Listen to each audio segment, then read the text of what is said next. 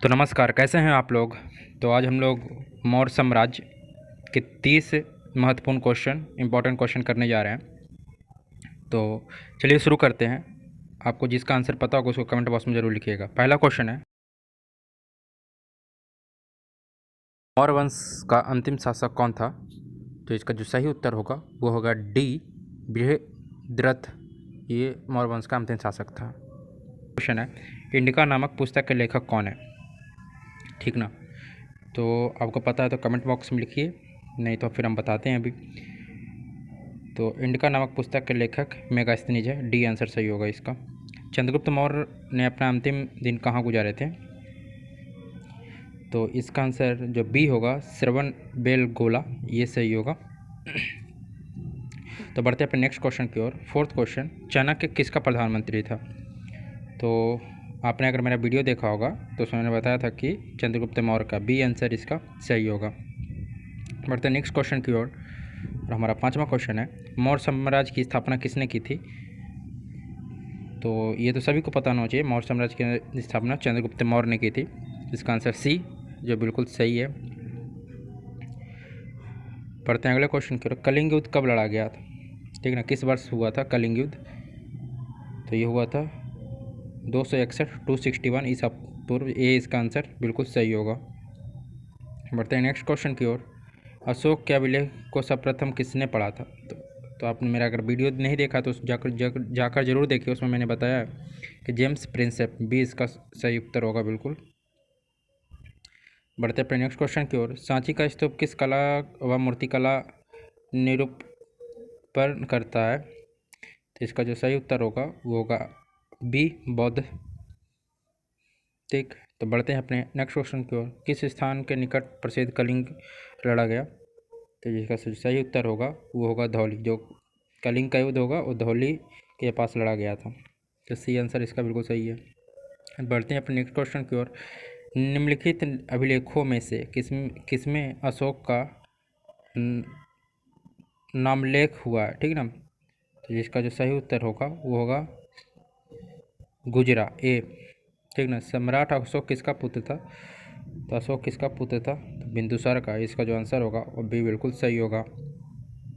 बढ़ते हैं अपने नेक्स्ट क्वेश्चन की ओर। प्रसिद्ध यूनानी राजपूत मेगास्थनीज भारत में किसके दरबार में आए थे। मेगास्थनीज किसके दरबार में आए थे, तो चंद्रगुप्त मौर्य के दरबार में। इसका ए आंसर बिल्कुल सही होगा।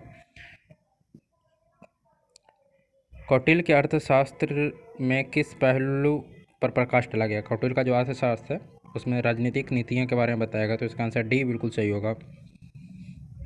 अब बढ़ते नेक्स्ट क्वेश्चन की ओर अपने। तो नेक्स्ट क्वेश्चन है हमारा, चाणक्य को और किस नाम से जाना जाता था। तो ये सभी को पता होगा, कौटिल्य, चाणक्य, विष्णुगुप्त एक ही थे। तो इसका आंसर डी बिल्कुल सही होगा।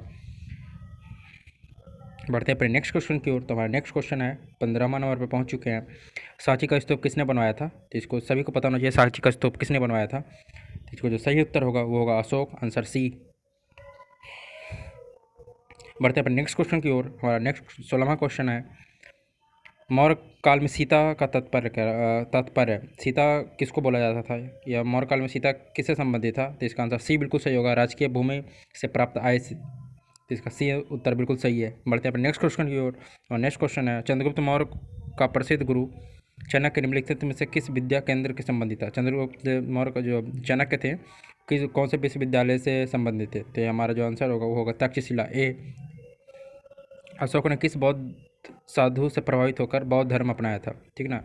बौद्ध धर्म कैसे किस साधु से प्रभावित होकर मरता था, ये हमारा आंसर होगा सी, बिल्कुल आंसर सही है इसका, उपगुप्त। तो बढ़ते हैं अपने नेक्स्ट क्वेश्चन की ओर। हमारा नेक्स्ट क्वेश्चन है, प्रसिद्ध सांची स्तंभ किसके समय बना। तो सांची का जो स्तंभ है वो किसके समय बना। तो इसका सही उत्तर है, जो उत्तर है सी, अशोक के समय। बढ़ते हैं अपने अगले प्रश्न की ओर।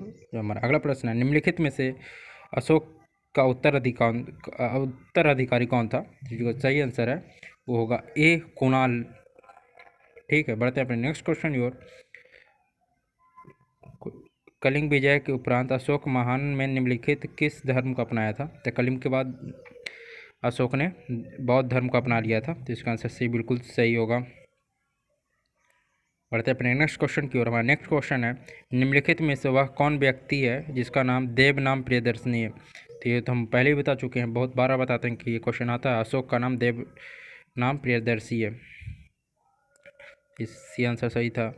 बिंदुसार के शासन के दौरान अशांति कहाँ थी। तो बिंदुसार के शासन के दौरान तक्षशिला में अशांति थी, तो इसका सी आंसर बिल्कुल सही होगा। बढ़ते अपने नेक्स्ट क्वेश्चन की ओर।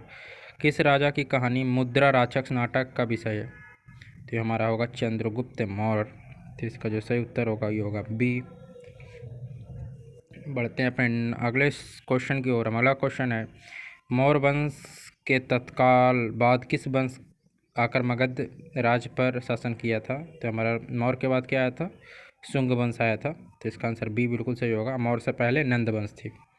ठीक है, किसके शासनकाल में डायमेकस भारत आया था। तो जिसका सही उत्तर होगा वो होगा बिंदुसार के समय आया था। चंद्रगुप्त के समय मेगास्थनीज आया था, बिंदुसार के समय डायमेक्स आया था, तो इसका सही उत्तर बी होगा। अशोक का समकालीन तुर्मे का राजा कौन था। तो मिस्र का राजा था, इसका आंसर ये पहले से लगा हुआ ए इसका सही आंसर है। बढ़ते अपने अगले क्वेश्चन की ओर। जो अगला क्वेश्चन है हमारा, कलिंग युद्ध की विजय तथा क्षत्रियों का वर्णन अशोक के किस शिलालेख में। कलिंग के युद्ध का जो उल्लेख है वो 13वां शिलालेख में, इसका आंसर डी बिल्कुल सही होगा। तो बढ़ते हैं अपने नेक्स्ट क्वेश्चन की ओर। हमारा नेक्स्ट क्वेश्चन है, अशोक के शिलालेख किस लिपि में खुदे हुए थे। तो जिसका आंसर होगा वो होगा बी ब्राह्मी लिपि में, तो इसका आंसर बी बिल्कुल सही है। बढ़ते हैं अपने अगले क्वेश्चन की ओर। हमारा 30वां क्वेश्चन, सारनाथ किस सम्राट का स्तंभ है। तो सारनाथ में किस सम्राट का स्तंभ है, ये आप सभी को पता होना चाहिए। अशोक का स्तंभ है, अशोक सम्राट का, ये आंसर सही है इसका। मौर्य साम्राज्य में प्रचलित मुद्रा का नाम क्या था। तो ये आप सभी को पता होना चाहिए, जिसका आंसर ए दिनार सही उत्तर है। जो अगला हमारा क्वेश्चन है, मौर्य वंश के शासन के दौरान स्थानीय कौन था।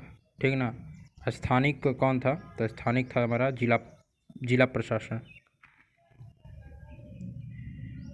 तो हमारा इसका लास्ट क्वेश्चन है, मौर्य काल के दौरान शिक्षा का सबसे प्रसिद्ध केंद्र कौन सा था। तो मौर्य काल के समय तक्षशिला ही थी एक शिक्षा का मुख्य केंद्र। गुप्त के समय थी हमारी नालंदा यूनिवर्सिटी, ठीक ना। तो धन्यवाद। ये हमारा लास्ट क्वेश्चन है जिसका आंसर आप सब देंगे कमेंट बॉक्स में। तो ये वीडियो यहीं पे समाप्त होती है, मिलते हैं अगले वीडियो में, तब तक के लिए जय हिंद।